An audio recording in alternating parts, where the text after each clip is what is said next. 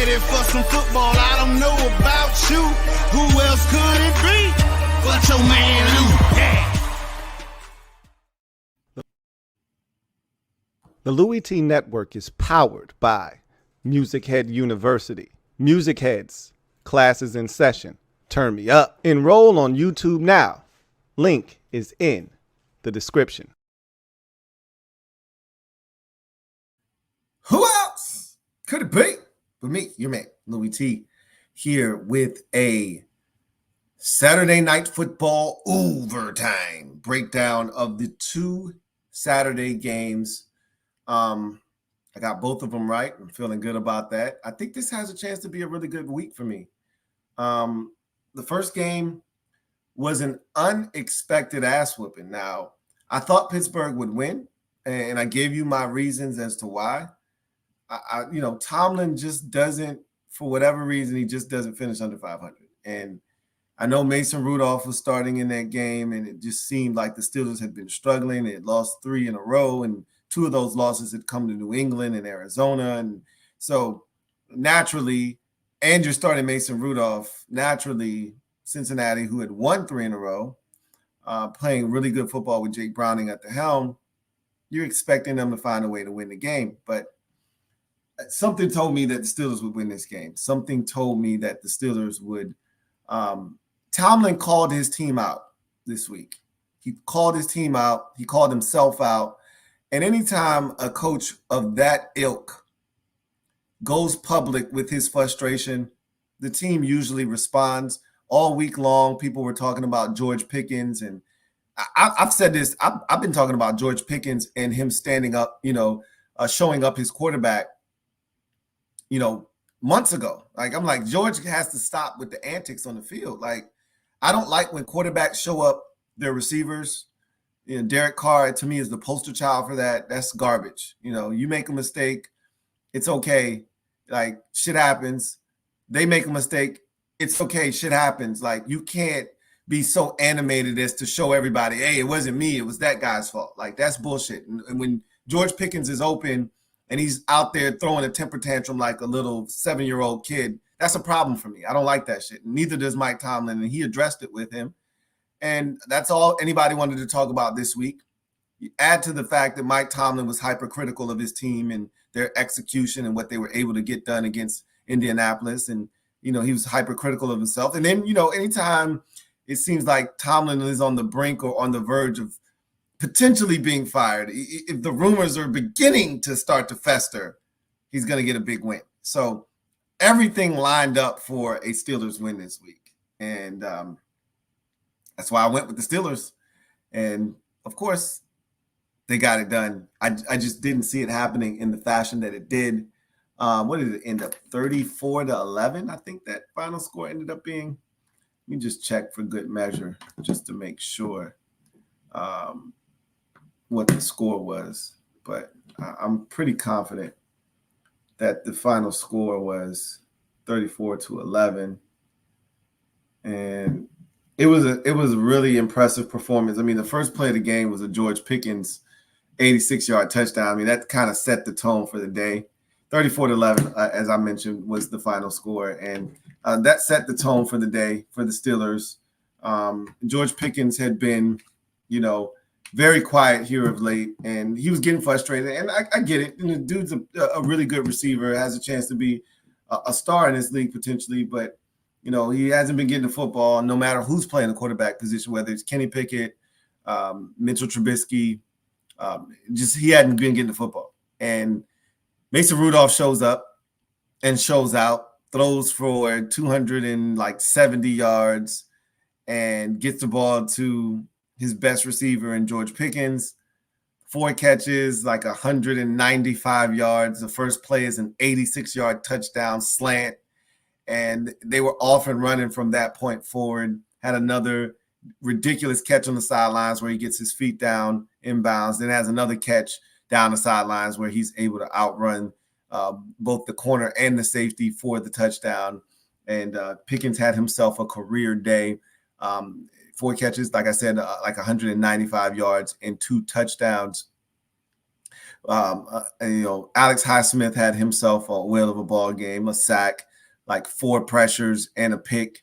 And that was an impressive pick, dropping in the coverage, eyeballing the quarterback, keying QB's eyes, seeing where he wants to go with the football, jumping in the passing lane, diving and picking it off. That's just an incredible play by him. And this is the Steelers defense. They picked off Jake Browning 3 times today. This is the Steelers defense that we were expecting when they played Arizona. We were expecting when they played New England.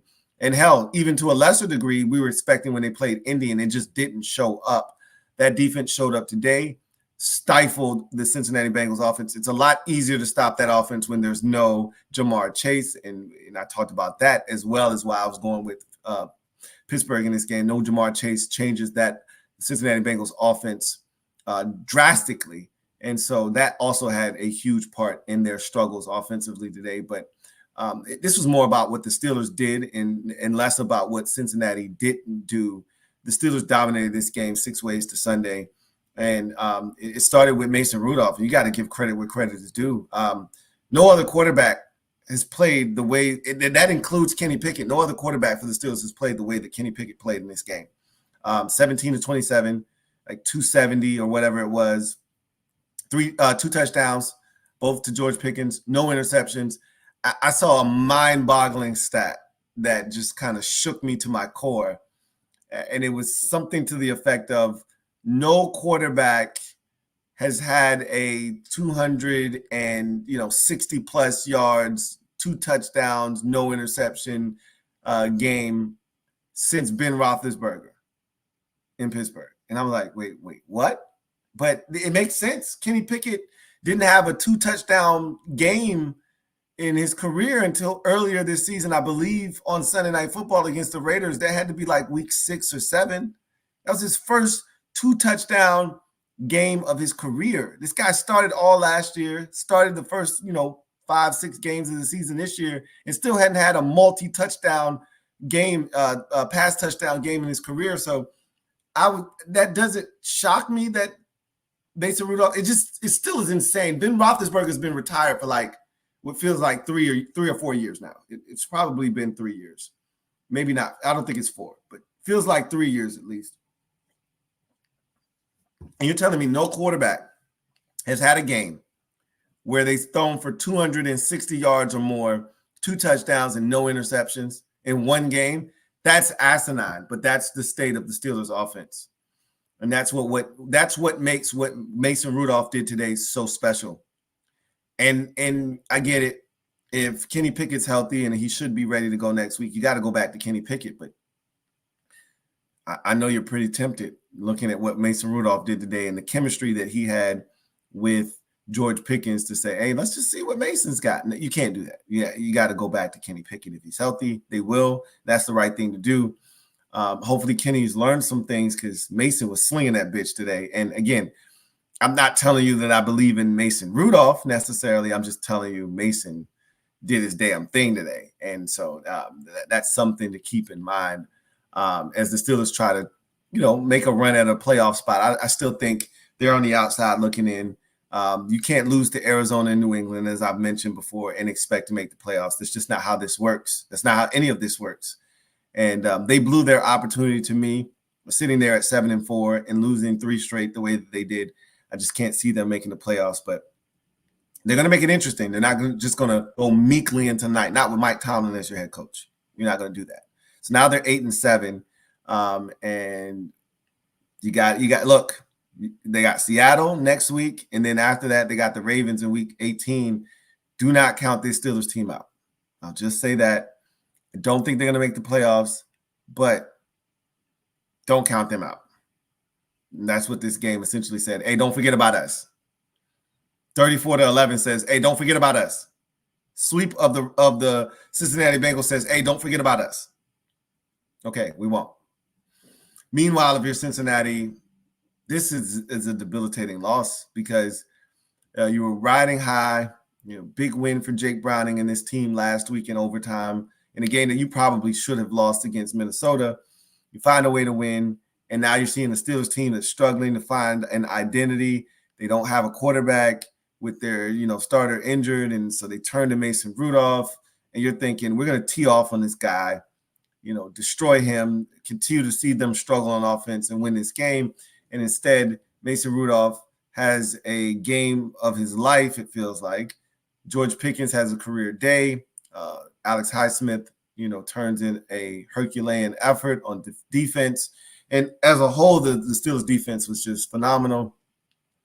They pick off Jake Browning 3 times, stifle that offense, suffocate them, win the game 34-11. And now, what do you do if you're Cincinnati? You're now 8-7, just like Pittsburgh, but you've been swept by these Steelers, so you're behind them in the standings.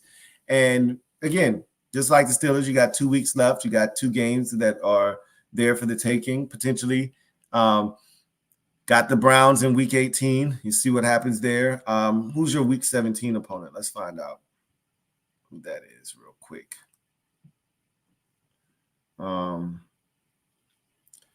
Week 17 opponent is, oh, shit.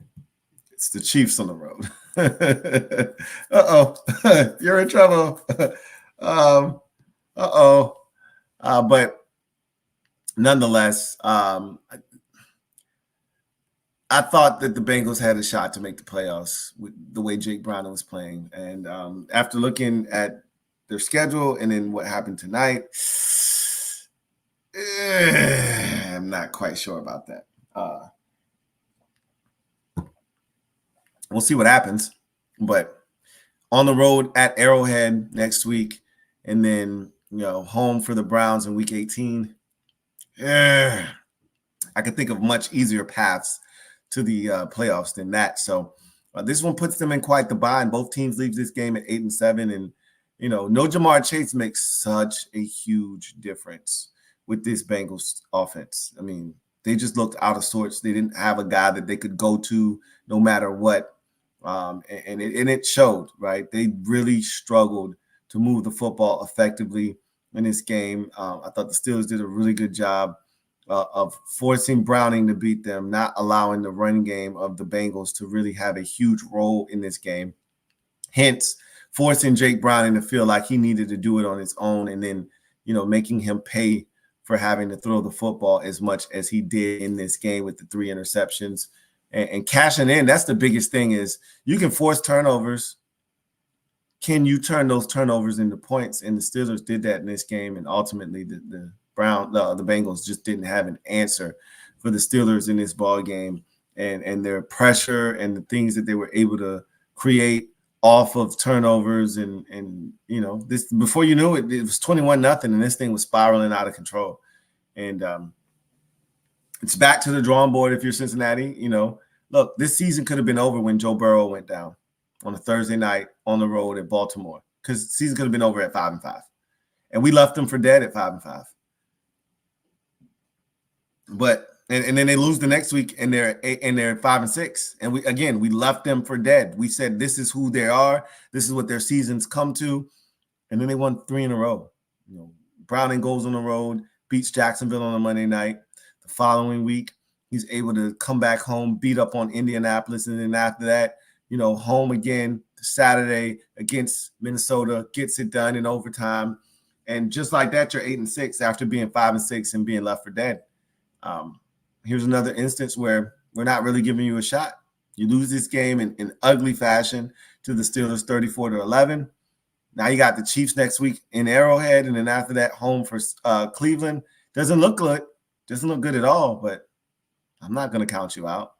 But it doesn't look likely that you're going to make any noise, but we'll see. AFC has been crazy this season, and I won't count out anybody. Just like Pittsburgh, a lot of people counted them out. They get it done in this game, and just like that, they're 8-7, just like the Bengals are, and they're right in the mix. Speaking of 8-win teams coming into the game tonight, Chargers and Bills. Bills were 8-6, riding a 2-game win streak, playing some of the hottest football of any team, not just in the AFC, but in the league. Granted that there's just a 2-game win streak, but it's been an impressive 2 games on the road at Arrowhead, beating the Chiefs, and then the dismantling of the Dallas Cowboys last week in a physical, dominating fashion. And so all of a sudden, the Bills are a team nobody wants to play. I've been saying this since the Eagles lost. The Bills are making it to the AFC Championship game, and you don't want the smoke Well, apparently everybody else is starting to get on board with that notion. And I've been saying this. Look out for the Bills. I told you I think they're going to the AFC Championship game. I don't know if they're going to make it to the Super Bowl, but they're going to the AFC Championship game.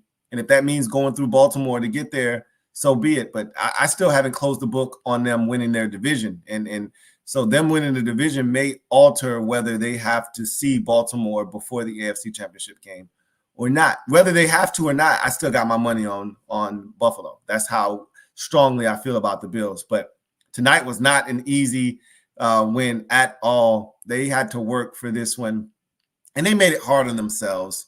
You know, let's start with Buffalo in this game. They get the win, 24-22 over the Chargers, and advancing to 9-6 on the season, which puts them right now in the playoff mix. If the playoffs started today, the Bills would be in, but that's because everybody else has only played 15 games and 14 games and hasn't played their 16th game quite yet, like Buffalo has. Or if everybody else has played 14 games, haven't played their 15th game like Buffalo has, who is now 9-6 on the season. So obviously all the other teams, the Houstons, the Indianapolises, the teams like that are in front of them will have played their 15th game, and we'll see what they do with that opportunity. But Buffalo took advantage of theirs on the road at the Chargers with Easton Stick at quarterback with no Keenan Allen. They get it done, but it was not pretty. But most importantly, it was gritty and it was a dub. And you can say what you want about the performance in this league. Just find a way to win.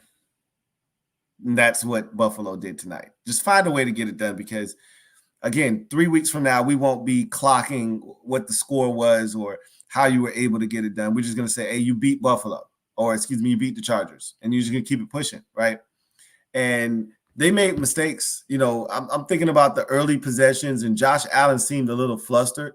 He seemed to be a little antsy, inaccurate with the football. Guys are running open, and he's just not hitting them. Then you have the Deontay Hardy fumble on the punt return, and it just felt like one mistake after the other that put the Bills in a 10-0 hole against a Chargers team that's just playing for pride. And I kept telling my wife is like, yo, Buffalo tripping this. And then, you know, my buddy was there watching the game with me as well. And he was like, this is why we can't trust Buffalo. And it's the same thing my dad has been saying. You can't trust Buffalo. They're going to turn it over. And they turned it over. But I said, they're going to find a way to win because the Chargers are bad. And the Bills know what's at stake. They know they have to win and they can't afford to lose to the Chargers in this game. And they did. But they didn't make it easy on themselves. You know, they definitely made mistakes. They made it tough on themselves with those mistakes. Even at the end of the game, James Cook fumbles the football up, 21-19. Bills have a chance to get a couple first downs, maybe get in the field goal range, push this game back out to a touchdown or a 5-point lead and force the Chargers rather to have to score a touchdown. That didn't come to fruition because James Cook fumbled the football and they turned that in. And really, it felt like a lot of the Chargers' points tonight came off of short fields or turnovers. Bills backed up. There was one possession where the Bills were moving the football, and every time they got a big play, it was a penalty. You know, there was a holding. First, there was a clipping or tripping. Then there was a holding, and they punted from their own end zone. Then it was a delayed game. And so the Chargers had great field position. They scored a field goal, right? James Cook fumbles. Chargers get a field goal. Deontay Hardy fumbles. Chargers, I think that might have been the drive that they ultimately scored a touchdown on. But a lot of their points came off of short fields. So you knew if the Buffalo Bills could just score again at the end after the James Cook fumble, put them behind for the first time since the first half, or maybe the third quarter. I think the score might have been 10-7, and they scored a touchdown in the third quarter to go up 14-10, and they never relinquished that lead in the game. But that's nor here nor there. The bottom line is Cook fumbles, and the Chargers had great field position, and they only settled for a field goal. And so it felt like Buffalo was going to have the football with a chance, and Allen made some big plays on that final possession. That throw to Stephon Diggs on that third down, That's a thing of beauty. The Shakir play where, Allen is eluding the pressure, fading backwards, lofts it up there. Shakir goes down, catches the football. I thought he was up before he was touched. It was really close. It seemed bang, bang. And if that's the case, you just stick with the call on the field. But they apparently they felt like they had evidence that spoke to the contrary. So they went ahead and reversed that call. But it didn't really matter because that put the Bills in a position where they could run the clock down to less than 30 seconds and kick the game-winning field goal essentially. And that's exactly what they did. And they get the win 24-20. It was not pretty. It was not gritty. I mean, it was not pretty. It was gritty, however, and it was a dub. And at the end of the day, that's what you care about. They're now 9-6, and they put themselves in a position where these final two games will give them a shot to try to win this division, pending a Dolphins loss somewhere before their final matchup in Week 18. So big win for the Bills. It wasn't pretty, as I mentioned, and it wasn't always the cleanest of a performance with the mistakes and the turnovers, but find a way to get it done. And that's what they did in this game. Good to see playoff Lenny out there for the Bills. I think he's going to ultimately play a huge role in their success as it gets colder outside and teams don't want to tackle. Guy like playoff Lenny coming your way doesn't really help matters at all. So I think when it's all said and done, he's going to have a bigger role on this Bills offense than he does currently right now. Big win for the Bills. They got to play better than that shit that they play. And I really felt like they played down to the level of competition tonight. But at the end of the day, they got the dub. That's what matters the most. They're now 9-6. For the Chargers, they're up to 5-10. Had every opportunity to steal this game. They were very competitive, but Easton Stick took some bad sacks, man. And the good thing for him is none of those sacks really cost them points. It just made the field goal attempt that much more difficult. But Dicker, the kicker, was up to the challenge. He's been phenomenal for the Chargers this year, and I think he'll be nominated in terms of special teams awards. He's been just lights out, and he literally carried them tonight. I think he might have been like 4 for 4, maybe even 5 for 5 tonight. Let's see. The Chargers scored 22 points. I think they had 1 touchdown and 5 field goals. The 1 touchdown was the Easton Stick run, quarterback keep to the right. And then everything else, I think, was 5 field goals from Dicker, the kicker. So the Chargers failed to take advantage of great field position and some opportunities in this game. But when it's all said and done, it's Easton Stick, right? Like, what are we talking about here? Like, you're not going to win anything with Easton Stick, right, at quarterback. And so the Bills took advantage of that. Chargers are 5-10. I really don't have anything to really add for the Chargers. They're 5-10, and just like Washington, they'll be looking to add a GM and a head coach in the offseason. We didn't say anything, do anything that would suggest otherwise, but I feel like we're in competition with the Chargers, because they have Justin Herbert. Their cap situation stinks, but they got Justin Herbert. That changes a lot. So I'm always watching them to see if, what they do, because I'm like, hey, we want first dibs on whoever we want. If they want Harbaugh, go right ahead, knock yourself out. I don't want anything to do with him. If you want him, you can have him. I'm not even in that market, right? But if you want a guy like Ben Johnson, now you got my interest peaked, and I'm like, hey, back off my shit, right? So I'm always looking at the Chargers like, hey, what you trying to do, man? So highly competitive in this game, but just simply wasn't good enough. They didn't execute in situations where they had the football. Their first field goal of the game, they got stopped at the 2-yard line. Like, you got to find a way to get in the end zone. You can't kick a field goal from 20 yards out. Like, that's loser football. And I always tell you, if you want to find out how an outcome was reached, you got 2 categories that usually will tell the story for you: turnovers and red zone efficiency. Let's look at the red zone efficiency, or maybe lack thereof, for the Chargers in this game. I think because ultimately, I think that's what got the best of them in this game. Their inability to score in the red zone probably proved to be costly. So the Chargers were 1 of 3 in the red zone. Meanwhile, the Bills were 2 of 3. That's the difference in the game, right? Bills won by 2 points. Bills scored an extra touchdown. Chargers kicked a bunch of field goals and only scored 1 touchdown. That's how you lose the game, right? Pretty cut and dry. Chargers are now 5-10. Bills are now 9-6. And I continue to say Bills are going to the Super Bowl, or the AFC Championship game, rather. And this is a step in that direction. They have to win out. 3 down, 2 to go. All right. Let's get to the comment section and we'll get out of here. I'm not gonna hold y'all. As you can see, I had a hell of a day today. I don't know if you see my eyes; they're a little low. I had a bunch of drinks, spent some great time with some friends, and went to a couple of. One was a little brunch day party, and then the other was like a little nightcap family gathering at a buddy's house, and so we were out the whole day. We had a great time.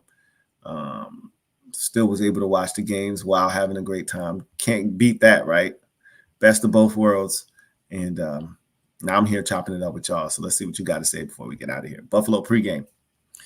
You said the Bills were going to the AFC Championship, so I almost got mad at you today. Can't go to that game and lose today. Facts. I was getting mad at them watching the game. I'm like, guys, I preordained you going to the AFC Championship game. You can't lose to the Chargers and go to the AFC Championship. First of all, you can't lose at all, right? That's the way we have this thing framed. Now, ultimately, they may be able to lose a game here if the other teams in front of them are tripping. But we framed it as you're playing playoff games from here on out. Like after that loss to Philadelphia and they hit their bye week, bro, it's the playoffs for you. You can't lose. You lose a game, you're eliminated. So we're treating every game like the playoffs. They did that against the Chiefs. You saw Sean McDermott's reaction when that final 4th down pass hit the ground. You would have thought they finally got over the Chiefs hurdle in the AFC Championship game and were going to the Super Bowl. He was hunched over. He was hugging, coaches, and he was so relieved because he knew that win gave him a chance to have a season. Every game is important from here on out. And you were fussing at me and I was fussing at the Bills. I'm like, what are you doing right now? Okay. Are you serious? Do you want to go to the AFC? Wait, first of all, do you want to go to the playoffs? That's the first question. Forget about the AFC Championship game. You can't get to the championship game if you don't make it to the playoffs. Do you want to go to the playoffs or not? Because you can't lose to the Chargers. Just like I feel like the Chiefs, or rather the Steelers, can't go to the playoffs because you lost to the Arizona Cardinals and you lost to the New England Patriots. You don't want to go. Move out of the way and let somebody else go. I'm saying the same thing to Buffalo. You can't go to the playoffs if you're losing to the Chargers with Easton Stick at quarterback. You ain't serious. But they were. So they got the shit done. And I'm off the hook. So you don't have to fuss at me. And I let them off the hook so I don't have to fuss at them. Right? They got it done. We move on. I was right there with you, Buffalo pregame, so don't feel bad. I was right there with you, bro. Like, what are y'all doing to me right now? Abel or Nike, been a member for 6 months. Who writes, what's up, Louie? Hope you're having a great Christmas. #NHL. Likewise, Nike. Christmas is in 2 days, so I'm just going to tell you happy holidays, and I hope you are spending this time with the ones you love. Samuel Brito writes, Merry Christmas to you and your family, Lou. Thank you, Samuel. Likewise to you and yours, man. Really, truly do appreciate you guys. Buffalo pregame says, they were talking about trading Tomlin at 3 p.m. and then extending him at 8 p.m. That's the nature of the NFL, right? Like, 1 minute they're trying to run this guy out of town. The next minute this guy is like, hey, we got to keep this guy. I never thought he was in danger of losing his job because I expected him to win a game like today. Like I did, again, not in dominant fashion. I thought they would win this game like 17-13, 20-17, that kind of deal. For them to go out and explode for 34 points, that's so unsteeler-like. And again, it just goes to show that Mike Tomlin is that dude. For those who don't want to believe it, you don't believe it? Believe it. My talentless man. Merry Christmas, Lou. Enjoy the time with your family. I'm absolutely going to do that. In saying that, I was approached by Bleacher Report to jump on after the Commanders game tomorrow. So I am going to do that. That's not going to change me kicking it with y'all after the Commanders game. It's just going to push it back 30 minutes. That's all. So I'll hop on, similar to what I did on Thanksgiving. I'll hop on Bleacher Report, do the 30-minute breakdown of the game, give you my thoughts there, and then come back and jump on the LouieTeeNetwork and give you my thoughts about the game, and we'll chop it up and take your comments and things of that nature here on this channel. So that's the only difference, is that it just will be 30 minutes delayed, because I'll be on Bleacher Report as soon as the game is over, recapping Jets, Commanders, and then we'll get on the channel here and do it again. So I just wanted to throw that out there so you guys are aware. John Wynn writes, I didn't know the Chargers were going to be eliminated from the playoff contention this quickly before Christmas. Injuries will do that to you. You know, they've dealt with injuries all season, as they seem like they do every single year.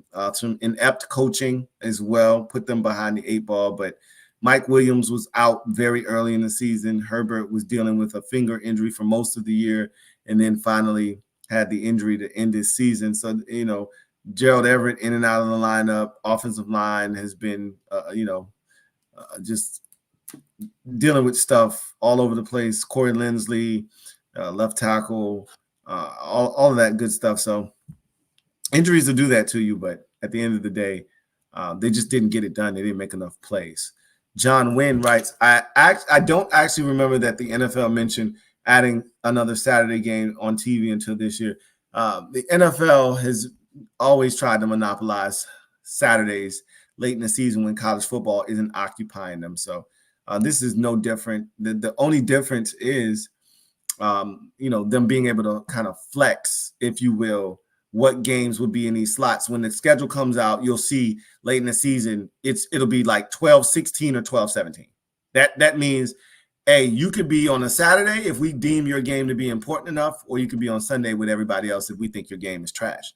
That's the only difference I've seen here of the last maybe 3 years or so, where the NFL gives themselves the flexibility to be able to move a game based off of what they deem to be the level of importance, right? So that's the only thing that I think is a little bit different right now.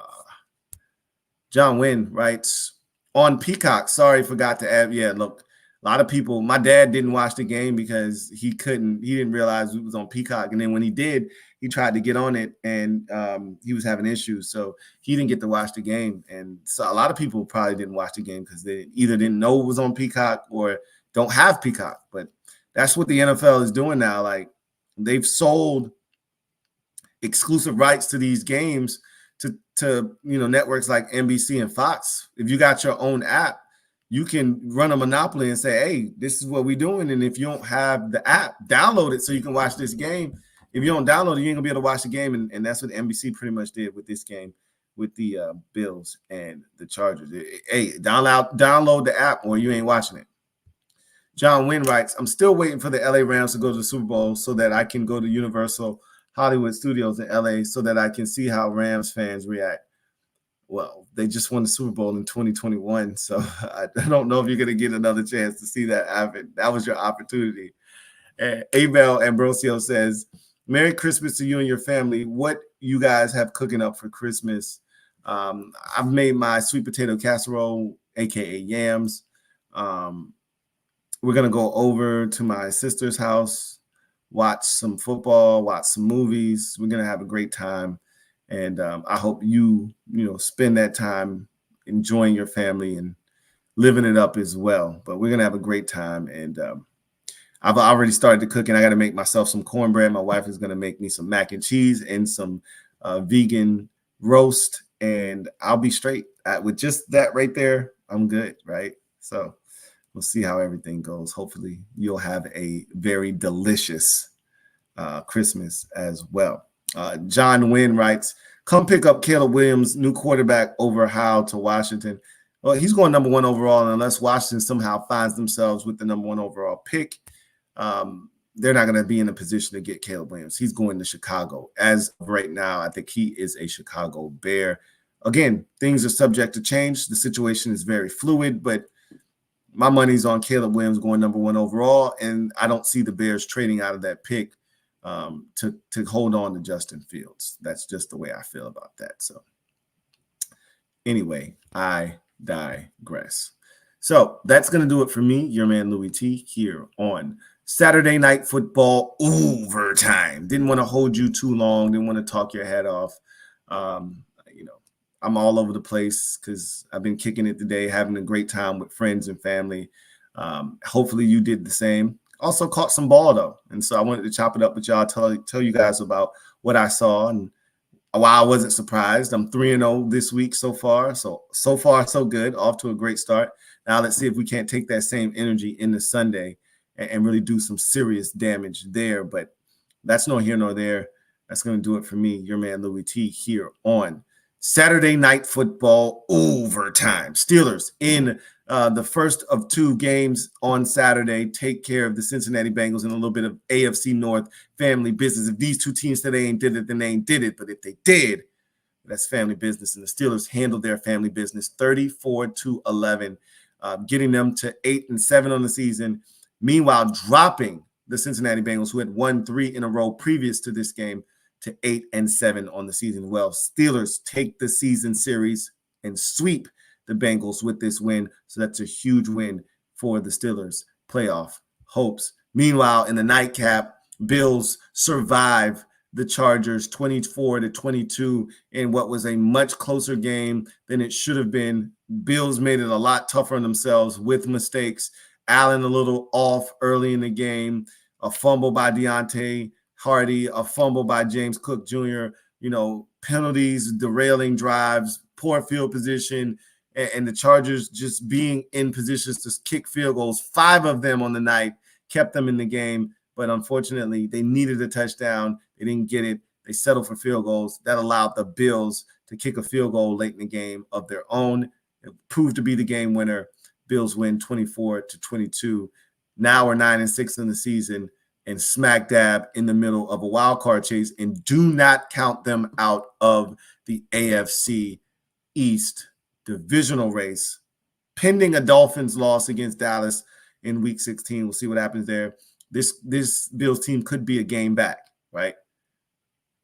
Remember, all they need is 1 Bills loss prior to the Week 18 matchup, and if they win out, they win the division. So they'll be rooting like hell for Dallas this week. Will the Buffalo Bills? We'll see if the Cowboys can get it done for them or not. But they take care of business. It wasn't pretty, but it was gritty, and most importantly, it was a dub. 24-22. Chargers dropped to 5-10 on the season. So that's going to do it for me, your man Louie T, here on Saturday Night Football Overtime. I'll see you guys tomorrow. Remember, I'll be on Bleacher Report directly after Commanders Jets, breaking that game down. And then after that has met its conclusion, I'll be on my channel for Commanders Jets breakdown. Until then, you guys know what it is. God bless. Good night.